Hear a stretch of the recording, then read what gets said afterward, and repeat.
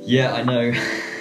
It's been a while. Hello and welcome back to the channel that does not exist because many years ago I started this YouTube channel and I never really just got around to doing it because it is so much work. But that being said, I am going to make an attempt to rekindle this page, rekindle this channel, because I have some cool stuff coming up and it would be great to take some people along this journey. So quick recap, my name's Henry. I run H Plus Performance, a hybrid coaching company. I've worked in the fitness industry about 12 years now, and I've grown my online coaching company over the last 5 years to something that I'm really pleased with now. And because of that, it gives me the opportunities to work with people all over the world to do some really cool stuff. And I thought this is probably a good point to start doing some YouTube, really, because over the next few weeks, that cool stuff is happening. So what do I mean by that? Well, specifically, we have something called the Arizona 300 coming up, which is an enormous ultramarathon. 309 miles, specifically, actually.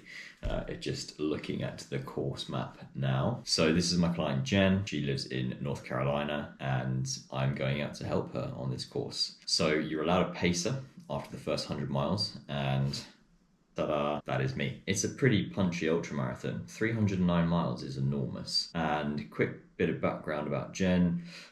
She mostly comes from a kind of strength and CrossFit background, although she has helped her friends in the past do some of the pacing at some of the other big ultramarathons that are in the US. She has the ability to run long distances, although she did that with very little training and probably not as much understanding as she has now. We started working together a year ago, and it's probably something that I think I do best in terms of the world of hybrid, which is taking people that have strength training backgrounds or CrossFit training backgrounds and bringing them into this bigger model of hybrid, introducing them in a much bigger way to running and everything that they should be doing, especially if they have that kind of strength and CrossFit background. So they don't need to make all the mistakes that everyone will make, including myself at a lot of stages. So you join me a week out, and here we are in the H Plus Performance office.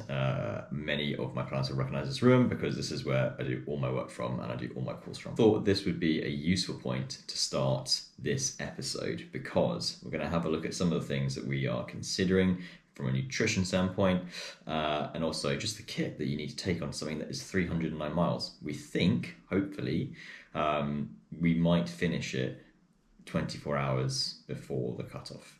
So the race starts on Friday morning. We're hoping to be done by Thursday, 11-ish. If things go better than that, then fantastic. If they don't, it still means that we've built in 24 hours of time. Because let me tell you now, on the latter half of ultramarathons, it's very difficult to make predictions about how fast you're still moving, just because of the level of fatigue that kicks in and the fact that your body is gonna take a beating. A bit about me and my ultramarathon kind of strength training background. I used to do a lot of powerlifting, and then through the lockdowns, basically just started running because gyms were not open. And then after the lockdowns, continued to do both. Ran my first ultramarathon in 2021 across Dartmoor. Since then, I've completed several other 50Ks as well as 100 kilometers and an 84 mile. But 309 miles is a monster of a course, and even the fact that I'm pacing her for 200 miles still means that I have prepared myself properly from a training point of view, as well as everything from a nutrition standpoint to make sure that when we're actually on the course, everything runs as smoothly as possible. A lot of planning has gone into this so far.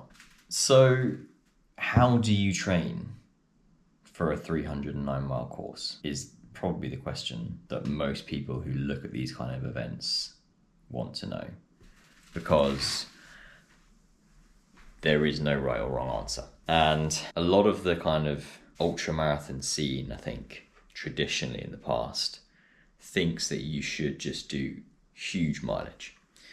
And whilst that will work for some people, and to a certain extent, you don't have to do as much as you probably think. I'm not saying that you shouldn't train or you should be super minimal, because this is probably a maximal kind of event in terms of the ultra running world. But there are things that you need to consider fundamentally before you even consider what the event is. And that is, who are you working with as a person? Now, if that person cannot handle, and it's very rare that anyone can handle running for more than 3 hours at a time, just in a training run, because they're not going to get anything out of it really beyond a certain point. So a lot of the time when you look at ultramarathon training plans and the long runs are going well beyond 3 hours, you kind of get to a point where you think, is this actually relevant anymore? So that is very much the approach that I take with my clients. I'm always training the individual. We're never really training for the program or the outcome. Now, I know that sounds a bit weird, but ultimately what we're trying to do is create stronger and fitter individuals. And because of that, they're then able to complete whatever they're training for. It's not like somebody comes to me and says, I want to do an Ironman or I want to do an ultramarathon. I go, okay, well, here's the plan, because I don't know who they are yet. And everyone needs something different. There is no such thing as an ultramarathon training plan or a hybrid ultramarathon training plan. That then leads me on to all the thinking about the nutrition. So when you have an event that is this long and is multi-day, you can't just rely on fast-acting carbohydrate. It's not the thing that is going to sustain you. And it's also not what your body needs all the time. Caveat, obviously carbohydrates are the most efficient fuel source when you're running. There's no doubt about that. However, this isn't just a straight up ultramarathon where you finish in the same day. There are multiple days where your body is going to get broken down on. And therefore, because these days are very long as well, and the output isn't going to be as high as if you were just running a single day event, you should probably consider having more of a mixed calorie approach. Now, I'm not saying that that means that I've taken carbohydrates out or that they aren't still the dominant energy source within what we're doing, but there is nuance to it. So here is all of the nutrition that we are doing. And obviously there is a gap just here because we're going to have a quick look in a bit more detail about this one here. So these drop bags, we can send these ahead to the aid stations, which is super useful. So when we get there, we've already planned our nutrition for the next stage, so we can grab these bags and we know that everything in them is already what we want. So with that in mind, hydration first off. For me, I'm a bit of a heavy sweater. I like to use the Precision Hydration 1500 milligrams. This just means that the sodium content per 500 mils of water is higher. This is the highest one that they do. The temperatures in Arizona can get pretty high, kind of 34 degrees on a normal day if it's hot. So making sure that I basically have, those things in my hydration vests. And that is going to be, every single drop bag basically has a tube like this, and that should be enough for each stage basically. Carbohydrates, again, Precision Hydration. I've used these gels a lot and they're just super useful for the fact that there's 90 grams in one of the pouches. So it's very easy to be like, well, time to have some carbs, and just squeeze it in half basically, and then you can just take 45 grams of carbohydrate. Solid carbs from Morton. You don't probably just want to use gels for something that is 4 days long. So that's just basically a mix of rice and oats, and 40 grams per bar. Morton again, so they're just one of their hydrogel but caffeine gels. So 100 milligrams of caffeine in those. Every now and then you do need a bit of a pick-me-up when you're doing these kind of things. To be honest, it's not really like the caffeine buzz that you're looking for or that actually helps, or like the mental alertness it gives you. It's just more the fact that, the caffeine is there to help your body just move better, and everything works better from a running point of view when there's a little bit of caffeine still in the system. So all your time splits are just that tiny bit extra. In terms of their speed, and the effort level, more importantly, is lowered. So that's the point of caffeine. Obviously you can have too much of it, and that's definitely something that you want to avoid on these things, because ultimately you have to try and sleep at the end of the day as well. And if you're just doing a single day event, you could probably afford to go a bit bigger on the caffeine, but probably want to bear in mind that if you don't sleep, then you're going to be in trouble. Slower acting carbohydrates as well. So this is basically to just make sure, especially if you have the slow carbohydrates earlier in the day, it avoids less of this kind of like fluctuations in what is essentially your blood sugar.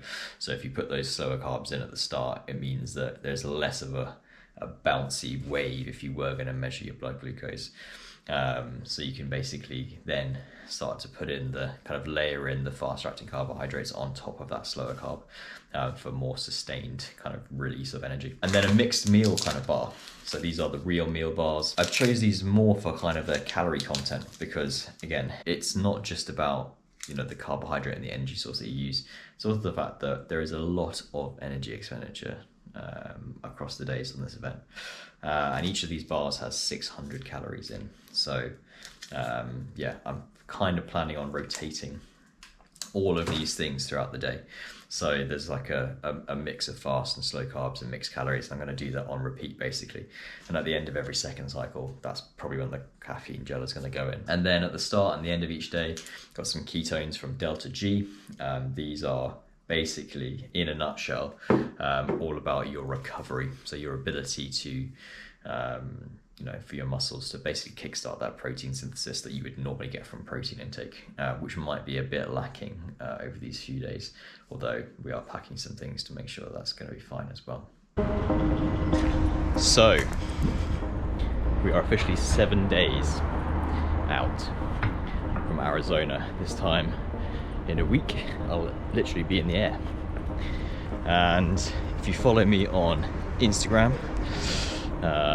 so that's at HenryIves_H+, you'll know that last week was my biggest kind of week of training volume.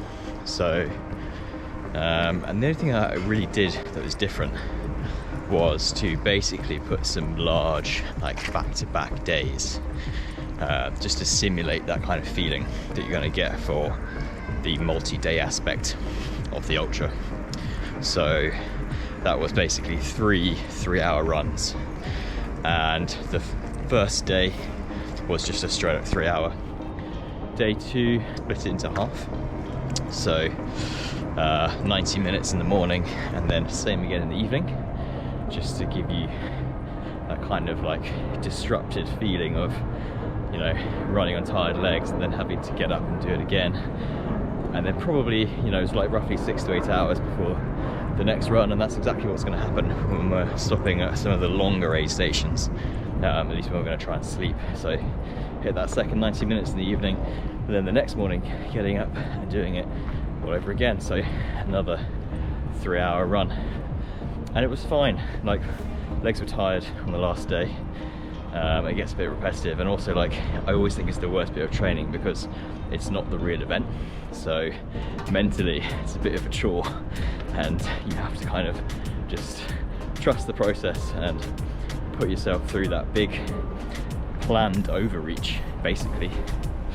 So that's what happened last week. This week is Wednesday now, so I haven't run actually since Saturday. Just been letting the body rest a little bit after that. But I'm going to go and do something today that I've been doing quite a bit of recently, which is heat training. So basically layer up, get on the treadmill, and you want to get your internal body temperature pretty high.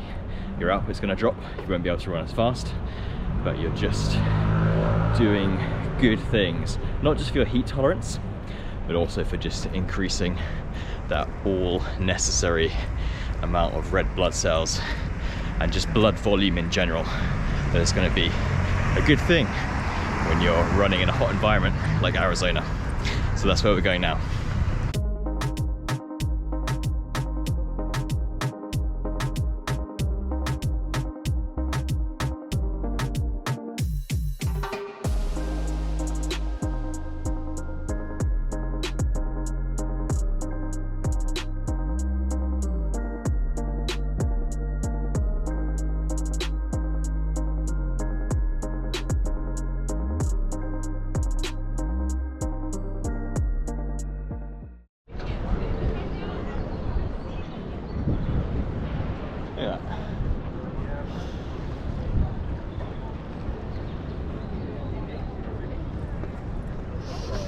One of the worst bits of that session is just walking home afterwards, because it does actually get to you. When you first start it, you're like, I actually don't know if this is doing anything, and then about 15 minutes in you suddenly realise that it's starting to get very hot, and to that point I'm normally still kind of just running at my normal speed, and just have to really dial the pace down. It doesn't actually matter what pace you run at. What you're trying to do is just maintain that kind of feeling, and you will feel it. And it almost is a weird feeling, a bit like when you get to threshold because your heart rate is climbing. but it's odd because you aren't really doing anything. So it's a weird feeling, it's deceptive. But it's very low impact. So you can do quite a lot of it. You can layer it in throughout the week. You could do it after your key sessions. So, you know, do an indoor threshold and then layer up, get 10-20 minutes. Or you could do something like run a little bit easy first and then put the suit on. That session I literally just put it on and started running. So yeah, anyway, 7 days to go, and that is one of the last few remaining sessions. I've got one key session to do and that's it.